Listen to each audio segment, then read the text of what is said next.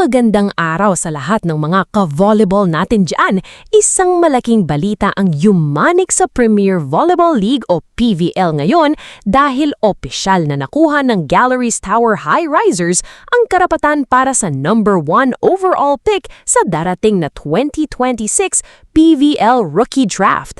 Ginanap ang napakaraming emosyon sa lottery doon sa TV5 Media Center at masasabi nating paborito talaga ng tadhana ang high riser sa pagkakataong ito. Isipin ninyo, hindi sila ang may pinakamataas na tsansa pero sila ang nakabunot ng gintong tiket. Ibig sabihin nito, hawak nila ngayon ang susi para baguhin ang takbo ng kanilang prangkisa. Sila ang may unang pamimilian sa mga pinakamahuhusay na batang manlalaro sa bansa. Ang naging kinatawan ng kuponan sa lottery ay walang iba kundi ang kanilang top rookie noong nakaraang taon na si Jen Assis na siyang mismong second overall pick noon.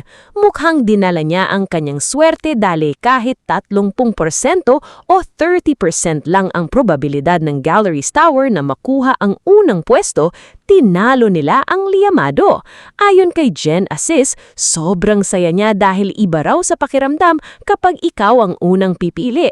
May laya silang kunin kung sino talaga ang tingin nilang pinakakailangan ng kanilang lineup nang walang inaalalang mauunang kumuha na ibang kupunan.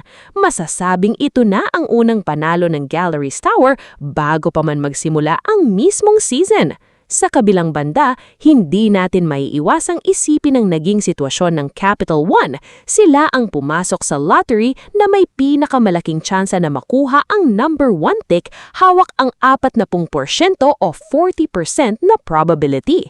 Matatandaan na noong nakaraang taon, sila rin ang nakakuha ng unang pick kung saan hinugot nila ang pambihirang si Bella Belen. Ngunit sa taong ito, mailap ang swerte sa kanila at nabaon sila sa second overall selection.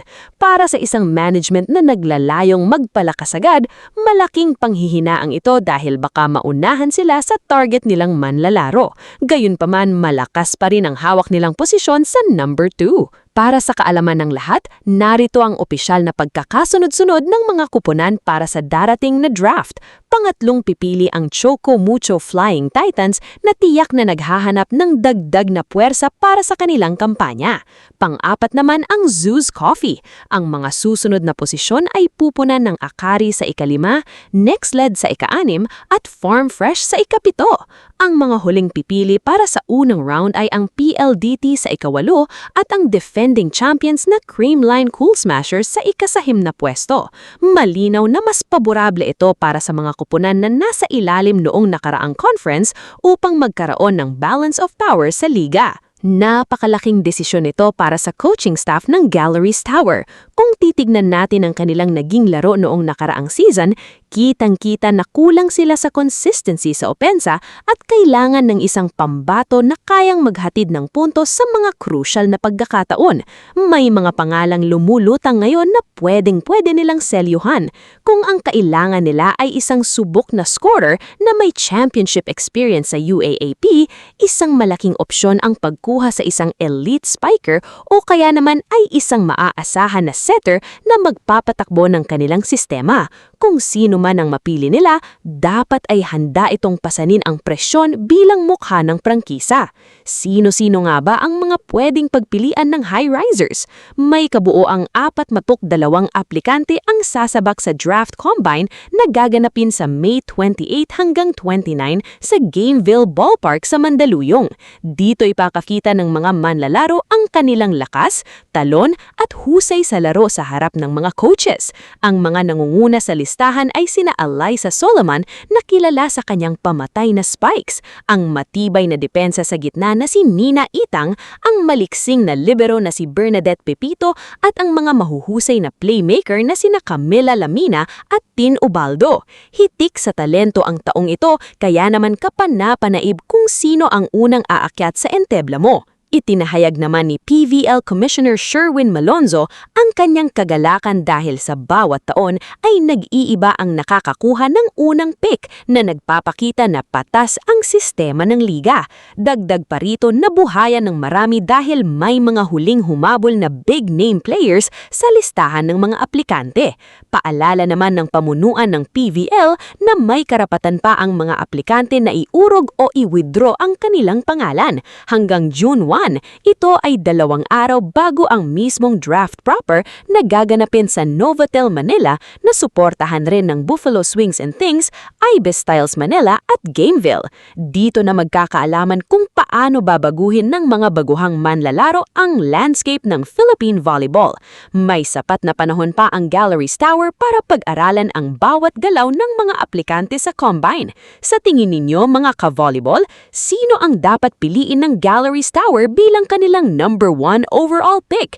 Bagay ba sa kanila si Eliza Solomon o mas kailangan nila ang depensa ni Pepito o Itang? Ibahagi ang inyong mga opinyon sa comment section sa ibaba. Huwag kalimutang mag-like, mag-share at mag-subscribe sa ating channel para sa mas marami pang maiinit na balita at malalimang pagsusuri sa mundo ng PVL. Hanggang sa muli! Ang bagal naman!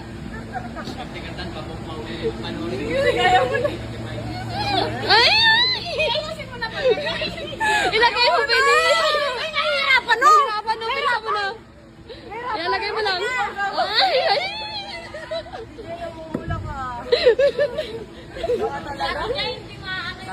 Hi, I'm Rodrigo Rendes, Libero from the Signal Super Spiders.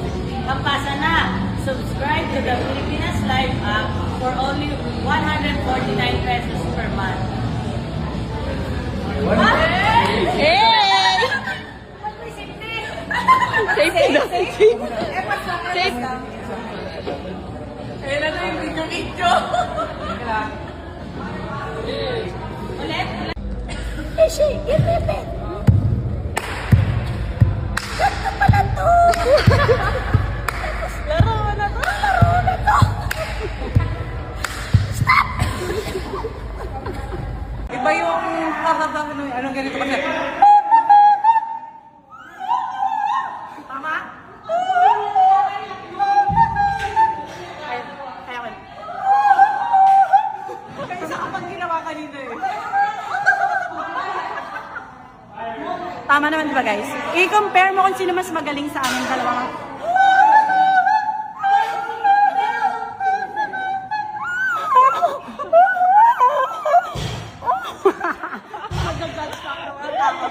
Sarap lang ikat.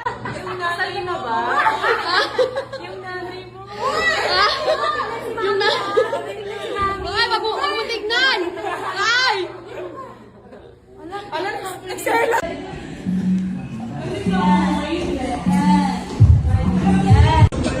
Nanawagan po ako sa mga gustong mag-sponsor. Patingin ako. Patingin. Wow. Beautiful. V-pads ng Libero. Guys, bigyan nyo naman siya kasi puro band-aid na yung tuhod niya. Oo, ito din. Walang budget. Ah, ito din. Oh my God. Tsaka elbow pads daw pala. Yes, please. Puro ano na to, sugat na to guys.